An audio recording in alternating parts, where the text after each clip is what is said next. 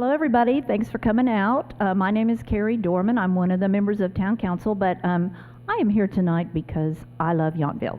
And I know you guys are too.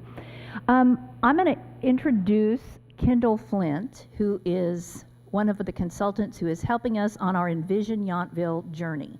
This is the 5th of our speaker series, but not the end of the road, because after this, then we get to go into a workshop format. We get to do a lot more things that will involve us more one-on-one and just really get us in the groove of figuring out what we want to do with our new general plan.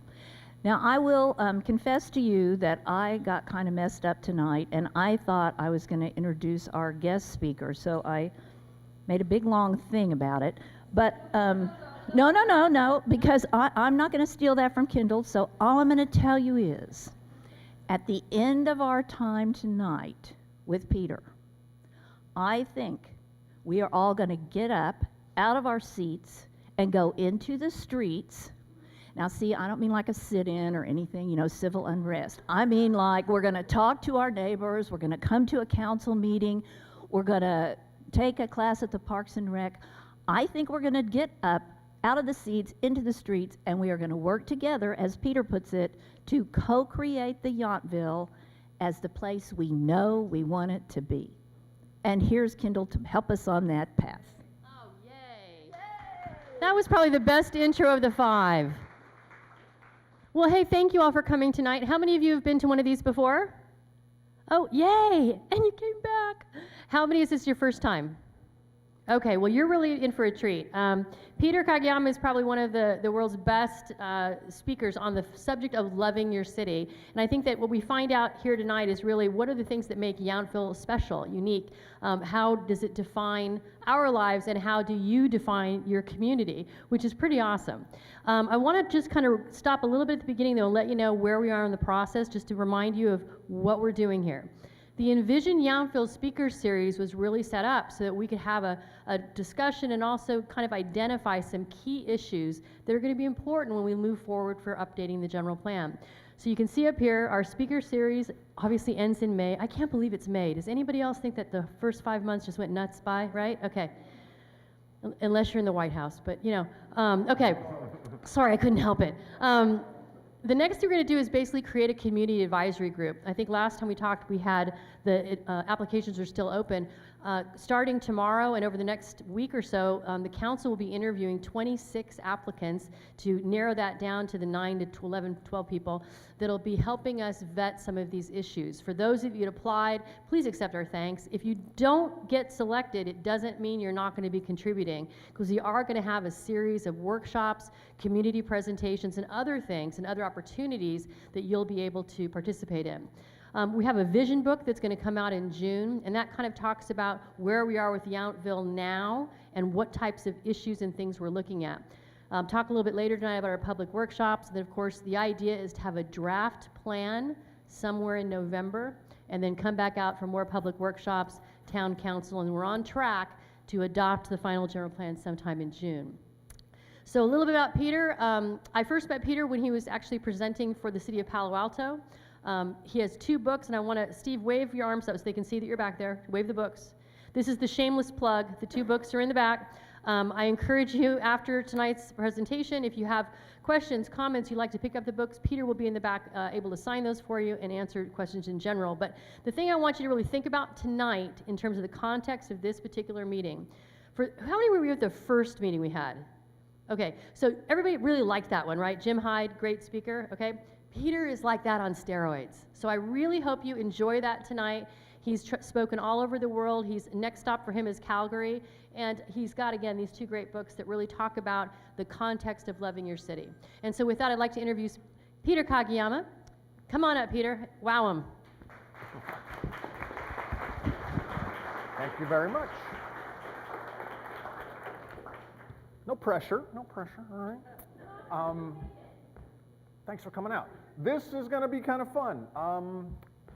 She said one of the foremost, how did you put it, speakers on love of cities. As far as I know, I might be the only one. So it's nice to be recognized as the foremost and maybe only speaker who's talking about loving their cities. So that's kind of cool. I've had a chance to meet some of you, seen a lot of your beautiful, beautiful town, and I've got some ideas. And maybe together we might come up with some new language and some new ideas, some new energy to even bring to creating an even better, more interesting, more lovable city. So with that, I'm going to start with a story. And this story begins in Durham, North Carolina. It's March 2012, and there's a wedding in Durham, North Carolina. And like most weddings, there's brides and grooms, there's flowers, there's tuxedos, there's cake.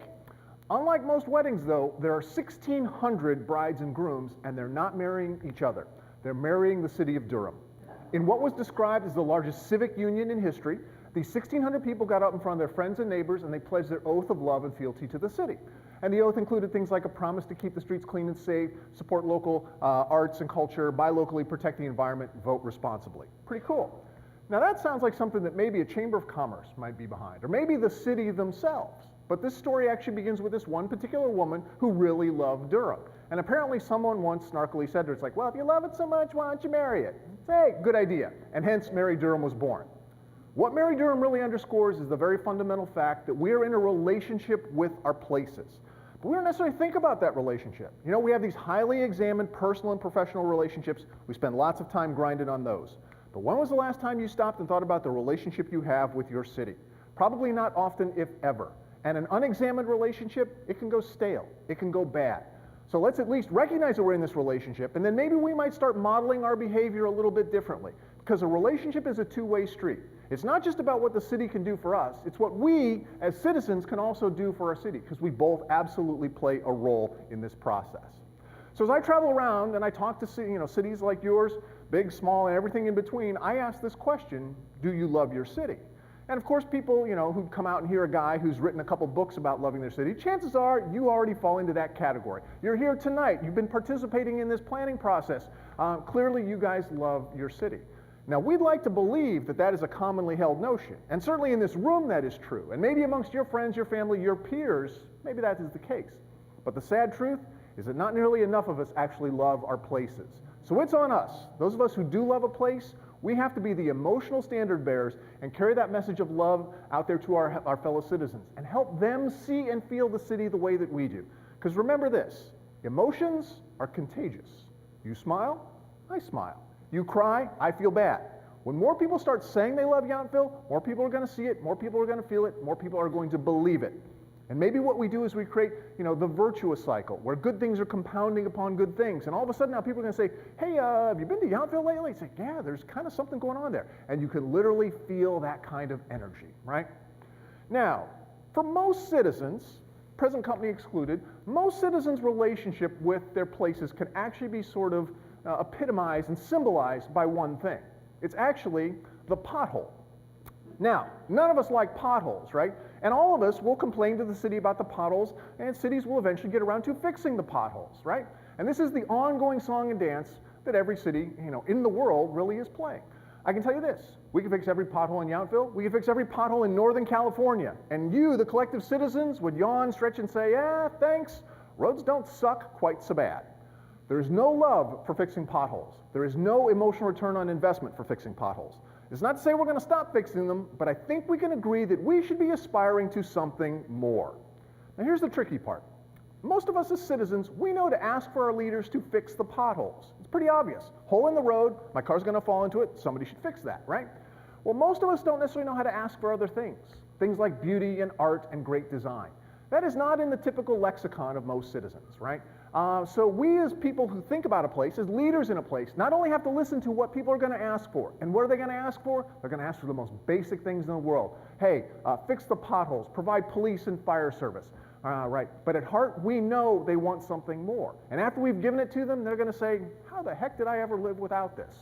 I was told the story of this community center kind of falls into that category. I guess, a few years ago when this was being discussed, people were saying, why do we need a community center? And now, it's like, can you imagine, your town without this community center? What a great facility. Well done there. So again, we should aspire and think about maybe something more. Now, as we're building this better city, you've got to meet some minimum threshold requirements, right? To be a working city, you got to be functional, you got to be safe. Now, a few years ago, when city budgets all around the world got cut to the bone, There was this notion that says, you know what, money's tight. Let's make it functional, let's make it safe. We paint it battleship gray, kick it out the door, and boom, that's good enough. I don't think so. I don't think even the most fiscally conservative tax hawks amongst us want to live in a merely functional, safe, and battleship gray community, okay? So what could we aspire to? What should we aspire to in our places? Well, how about comfort? Why can't the city be comfortable? How about conviviality in the sense that our city actually helps facilitate bringing us together and connecting us with our fellow citizens? Why isn't our city interesting? And maybe even more appropriately, why isn't our city fun? Where's the fun is a perfectly legitimate question that we should be asking a whole heck of a lot more in the context of better city making, right? Now, all of us have been involved in some meeting when we're either at work or in our volunteer life, some organization that we're working with, when we're there wrestling with some big hairy problem there with our friends, our team, our colleagues, right? Those meetings are terrible. But the next time you find yourself in that meeting, it'd be very interesting if one of you would raise your hand and say, okay, I see what we're doing here, but I gotta ask, where's the fun? The things I write about, because I talk to people about what they love about places, and I ask them these questions. And over again, they tell me what they love about places, and most of the time they actually are fairly small things, kind of intimate, kind of personal. And in my books, I liken them to the idea of a handwritten note that goes with the gift, a love note, if you will, right? And guys, we learned this lesson. At some point in our life, we gave a gift to our significant other, and we forgot to give a card or a note with that gift, right? This was a mistake, because that card, that note meant something. It says we took a moment, we made it special, we made it personal. And that little thing, that note, had an outsized impact on the way they felt about the gift, by extension, the way they felt about us. Small thing, outsized impact. So these love notes are things that cities will give to their citizens, and if cities are very, very lucky, citizens like you might actually be inclined to give back to their cities as well. This is kind of an interesting one. Auckland, New Zealand, right? Now, most of us know New Zealand because of the Lord of the Rings and the Hobbit movies, right? I love those movies.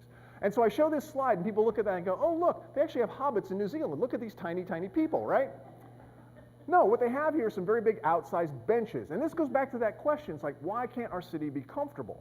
Well, most of the time, cities can't be comfortable because we're deathly afraid that a small group of people might actually sit down or lie down on something, and consequently, we make the entire city as uncomfortable as possible for the rest of us.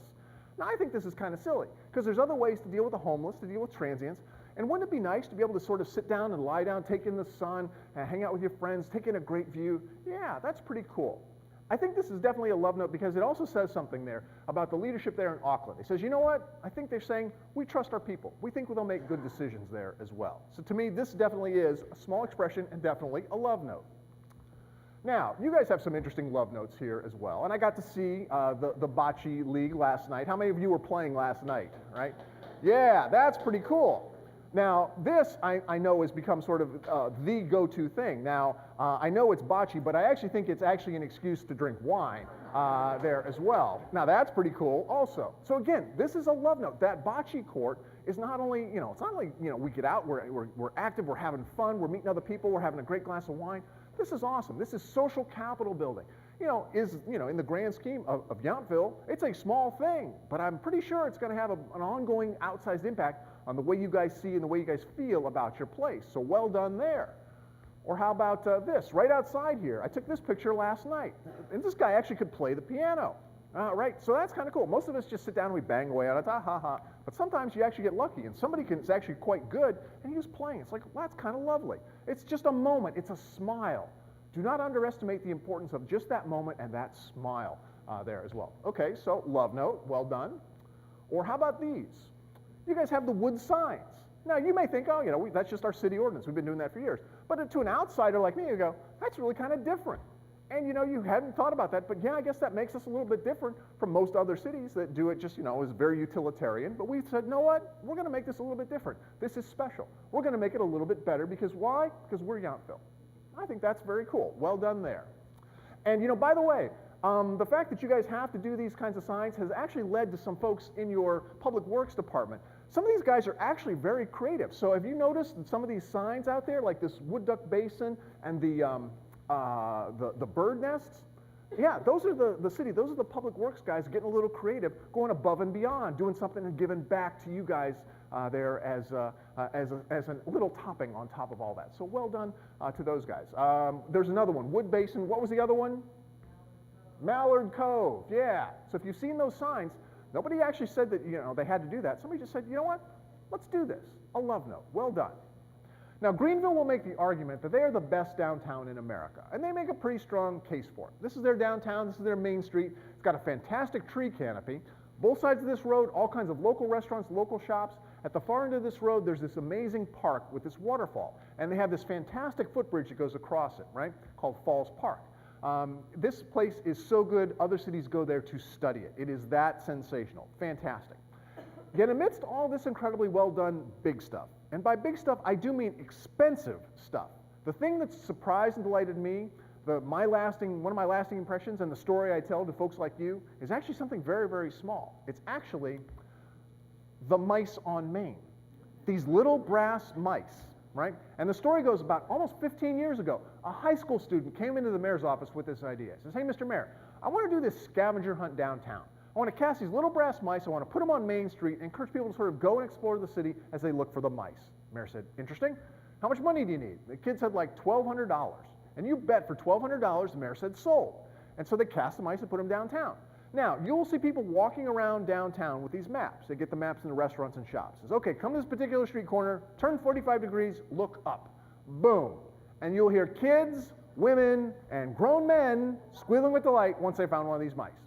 And after you found one of these mice, you're looking everywhere for these damn things. It's like, oh, there's another one. And you find yourself looking at stuff you probably otherwise wouldn't have even bothered to look at. And with this whole different set of eyes. And when you find the mice, it's like, wow, that's really cool. And the mice, they're all very cute. They've all been given names. They've all been given a backstory. And it's all been collected into this really cool children's book called The Mice on Main. Awesome. So again, amidst all this incredibly well done, big, expensive stuff, my lasting impression, and I'm certain I'm not alone in this, is actually something this small. So yes, these little touches that somebody's going to say, well, that's kind of silly, that's kind of, why are we doing that? These little touches can make a huge, huge difference in the way we fundamentally feel about a place. Do not underestimate the importance of something that small. So with that, there's a couple things. Can I share a couple of sort of observations? I like to say, what can I be? It's like I can be the outside voice. I can also be the critical friend there as well. And this isn't even criticism. This is actually sort of like reflecting a little bit back to you guys. What's interesting is, like I said, most of the time when I talk to cities, I have to convince them that things like beauty, art, and great design are actually really good and important things. You guys have an abundance of that. Clearly, I'm preaching to the choir here when it comes to beauty, art, and great design. I would say don't let just because it's beautiful now doesn't mean we stop and we coast on that. So let's maintain that. But I think in terms of moving the conversation a little bit forward, beauty, art, great design, you guys do really well. I think you guys need to find your fun. Now, this is an interesting question because, again, I asked you guys to ask, where's the fun? Well, sometimes fun is not just what we like. But you know what? I look around the room, it's like, we're all of a certain age here. And I suspect there's probably a lot of wine drinkers here and a lot of foodies here. And if you're a foodie and a wine person, this is the best place in the world to be. But maybe not everybody shares those, their tastes, but they still want to be here. And we need to figure out how to make this place fun for them as well. How do we make it fun for the young couple with those kids? Because we want those kids here because we want to keep our elementary school, right? Well, how do we figure out how to make it fun for different generations? How do we make it fun for the vets? How do we make the city more accessible to them? We had a chance to tour up there. It's a beautiful facility, but I want more of them down here. And maybe there's ways that we can go up there and partake of their facilities as well. Maybe that interchange needs to be happening even more. So that, I think, is kind of interesting. And asking ourselves that question of finding the fun, that could be kind of a cool project. And I noticed there's some fun things out there. The mushrooms are kind of fun. And I understand that when these things first went out, people were stealing them left and right. I thought, okay, well, that's not necessarily a good thing, but maybe if we'd planned on that, we might have put something on the bottom, that says, stolen from Yountville, California. So at least as they moved around the world, people remember, oh yeah, I stole that in Yountville. That's kind of fun. But now that they're embedded there, but could we do something interesting with that? I mean, the sign says not available for individual sale, but you know what? Could we paint some of these? Could we put them out there? Could we move some of them around? I don't know, but to me that would be kind of a fun thing to do there as well. And the millstones. Now, I think there's something to be said that, we have the biggest stones in Northern California. And own that. I mean, these are the original millstones that literally helped build your city there as well. So claiming, your big stones, that would be kind of fun there as well. And maybe it's like, well, that's a little risque. Maybe that's a little out of character. Good.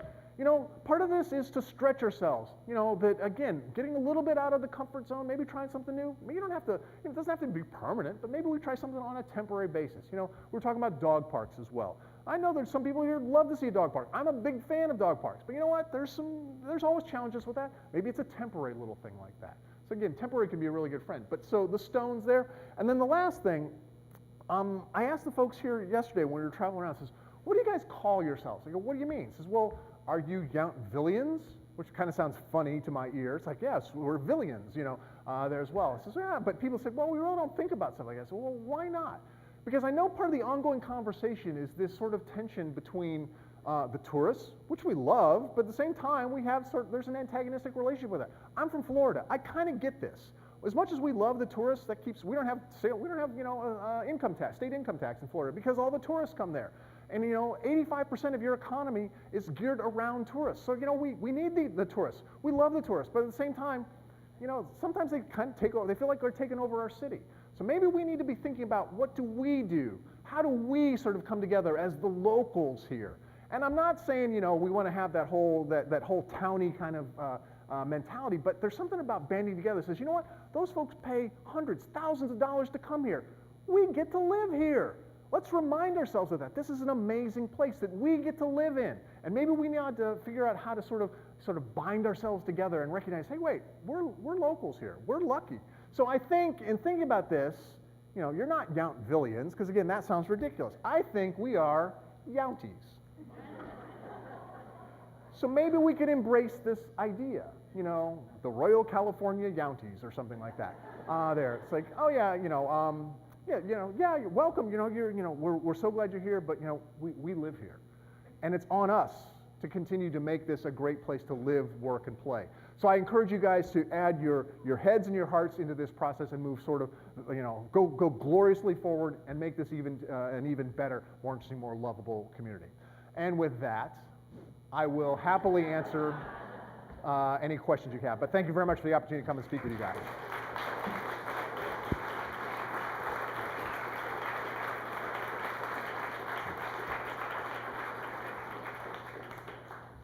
Questions, comments, coffee, there. Oh, a couple things. My name's Debbie. Hi. I just observed the other day, like there was a swarm of bikers, people riding their bikes. It's like, oh my gosh, they don't have race numbers on. Like we have races to come through town. I realized this is the future. We are on the Vine Trail. We are a destination from Yes. Napa. Yeah. We will soon be a destination from Calistoga. We should use that. And in my heart, what I'd like to see is something fun for kids to do because we are losing our kids. Yeah. So I do like the water feature, and I'm so glad you did talk about the dog park because I was going to bring that up today myself about temporary, about being creative, because for those of us who work, I mean, I'm coming from work, that's all I get to do on a weekday is walk my dog at the end of the day and Yeah. the beginning of the day, and that's when I see people. So I'd like to make that work. Thanks. So we tend to think of it as a dog park. Think of it instead as a social capital generator. How do we as locals come together? That's an excuse for us to actually interact with our fellow citizens, our neighbors, our friends. So yes, it's a different goal, but yes, absolutely. Yes, sir. Oh, thanks. Oh, approaching me with a mic. You know, this is great, and I really love the presentation. And what I'm trying to figure out is just that dichotomy between, you know, you have all these great, quirky, creative people that are doing these things that really seem to be spontaneous, and yet, you know, you have a planning process that Yeah. the city goes through to try to figure out how to do these things. And, you know, I don't know if you import quirky artists or you know, sort of how you put those Yes, pieces together. we'll ship them in from Berkeley. Yeah. But you know, you know, how you actually, other than making sure you say yes to things, how do you build that into a planning process? Part of it, well, it's hard to build into the planning process, but I think, you know, just because, well, here's the fallacy about creativity that I see all the time. And I'm in meetings with people, and everyone will, and tell me if you've heard this before. Somebody will say, well, I'm not really creative, but then they'll share something. Here's the thing, we are actually all creative about this stuff. And let's stop saying that, you know, that I'm not creative, you know, and so we're immediately sort of saying that is somebody else's job. We're all very creative in our own way. You know, in what we do, maybe in our profession, we're thinking innovatively, we're thinking differently, and our opinions and our feelings about a place are absolutely valid. So I don't think you actually have to import a bunch of these people. I think they're already here. They're just sitting on the sidelines thinking, well, that's really not appropriate. It's like, why would I want to paint this? Who would want to paint some balls and hide them there? That doesn't seem like really serious city making. Dog parks don't seem like really important in the grand scheme of things. They are. I think it's kind of important for us to sort of take that message out there. You know what? That small little weird thing that you want to do it. It's valuable. And other people are going to respond to it. They go, that's cool. I've had this idea about doing something over here. And the fact that you did yours kind of opens up the door for maybe me to try mine. Most of the time, it's not that that we need those other people. They're already here. They're just on the sidelines waiting for a little kick in the pants to actually get them in the game. And sometimes it's just the excuse that somebody else did it. It's like, hey, that was kind of cool. Or somebody's going to look at that and go, you know what? I could do better than that. And that's okay too. There as well. So don't think you actually have to bring in other people. I suspect there's a lot of creativity here. It's just waiting to sort of be unleashed. Other questions over there? Thanks. Oh, you're going to hold it. Scary. So I really appreciated the presentation for a lot of reasons. I really liked the broad view, but the thing that really struck me was you just gave us an excuse to be able to use our imagination. And I've never really understood in my lifetime why fun is not really maybe Yeah. the top of the pyramid, because It really should be. going back to being a kid and Yeah. being a big kid in an old body, I really think that, fun is something that is a motivator, but it also is a Yeah. uniter. So thanks a Absolutely. lot for giving us the possibility that, we can actually have fun and still create things that Yeah. are a legacy for those grandkids and other things that we want to pass on. I think it's part of it is when as we become adults, we sort of become afraid to let our childlike nature sort of show. 'Cause somebody's gonna say, well, then that's not a serious person. They're talking about riding bikes and playing with puppies and and when you do some sort of fun and weird stuff like that. That absolutely is not the case. Like, look, fun is important. Play is important, and I think we need to, as more people express it, as more adults get out there. Like, that's the whole deal with like the lawn on D. It's giving space to allow you to act like a kid again. That's pretty cool. Now that's intentional, I believe. That is part of the planning process. So maybe one of the things we got to be thinking about is here, how do we create spaces that will allow us to play like kids a little bit again? Certainly the bocce courts are kind of that as well, because we get to play. And when was the last time we played a game? And probably most people don't play games that often, maybe video games, something like that, but we're actually out there doing something like that. So I think, the idea of play and fun, I hope you guys will be sort of champions of that, sort of moving forward and asking the question as we go through the planning process. Hey, how do we make this more fun? Because you're going to get a better result. I guarantee it. When you add that lens to it, absolutely. Yes, sir. Why not have a suggestion box, a creative suggestion box, and Yeah. have people submit things, and have like a creative idea of the month, and have Well, like one yeah. for June, one for July, and vet it. I don't need the mark. I Yeah. don't need that. Well, I hear you like that. Sadly, cities have that. Like an idea. Yeah. That I would bet that in this audience, there's at least 10 viable ideas. Yeah. I would absolutely There's a agree. lot of business experience that's done marketing Yeah. and creative things, and I think it's all right here. There's two things with that. One is the suggestion box has been appropriated by the internet trolls. So now if somebody puts up the suggestion box, they're going to give you all kinds of suggestions, some of which are anatomically impossible, right? So there is that. So I think that well-intentioned citizens like you will almost stay away from that. But here's the other thing about the suggestion box that maybe is something to think about. A suggestion box suggests that somebody else should be doing this. Why don't we do it? Why are we waiting for a suggestion box? And you know what? Let's go do something. I don't want to ask for permission. It's like, where's Steve? It's like, Steve, cover your ears. There you go. La la la la la. So permission is kind of overrated. Remember I said about breaking the rules? I mean, don't hurt anybody, but you know what? Maybe there's something you want to do. Well, let's not let bureaucracy or some of these other things be a reason to not do that. So I'm all for the suggestion box, but I think the suggestion box says, you know what, instead of actually suggesting somebody else, you know what, let's you and me go do this. That sounds like a good time. We'll have fun this weekend. We'll knock this out, and maybe we get some experience. Maybe we inspire some other people to maybe move forward there as well. Other questions for Peter? Well, I think he's fabulous. I absolutely adore listening to him. I hope you guys enjoyed it as much. I want to point out here, if you look at this photograph, Steve Rogers was just telling me that statue is actually the most photographed Instagram from here in Yountville, right? Peter actually tried to lift it off the bench and take it home with him, but we told him no since he was taking away in our car. So you're going to get to keep it a little bit longer, but yeah, there is that. And I think fun is the thing we are all talking about too when we move forward to the next thing. There we go. Oh, I want to mention again that the books are in the back, so he'll be selling those and signing those for you. But I do want to talk a little bit about what's coming up next. First of all, for all of you that have been attending all of our speaker series, we really do appreciate it. And I have to say that for the team, the consultant team, it's really been a great opportunity for us to get to know all of you a little bit better, and also to identify some of those issues and common concerns that you guys have. And I guarantee you, when we get to the point where we start our workshops, which are coming up, they're going to be fun. We don't do PowerPoint and boring, we do fun. There will be games, there will be click polling, there will be small exercises. We might even get you out of this room and walking around town. But I guarantee you it'll definitely be a two-way conversation, and I'm sure it'll be a spirited discussion based on what I've heard from many of you over the last couple of weeks, because it's been our pleasure to hang out here in Yountville and get to know you a little better.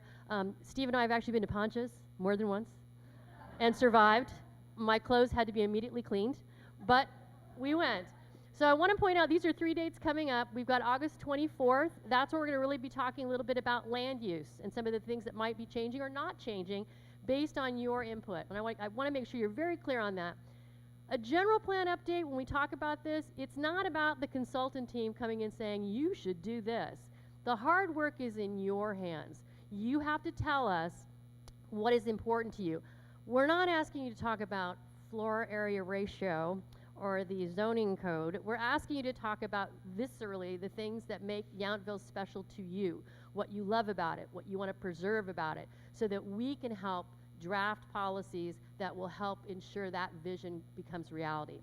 So that first one will be in August. Then in October, we'll come back again and look at some of the other things like lighting, art, the environment, all that kind of good stuff. When we come back in February, this is going to be a Saturday. That'll be a Saturday workshop here, and that's really an opportunity for us to show you the draft of what we've come up with for the general plan update. And you'll be able to go to different stations and see by element, which is kind of how they segment these different policies by types of things they do, which things you like and which things you don't like.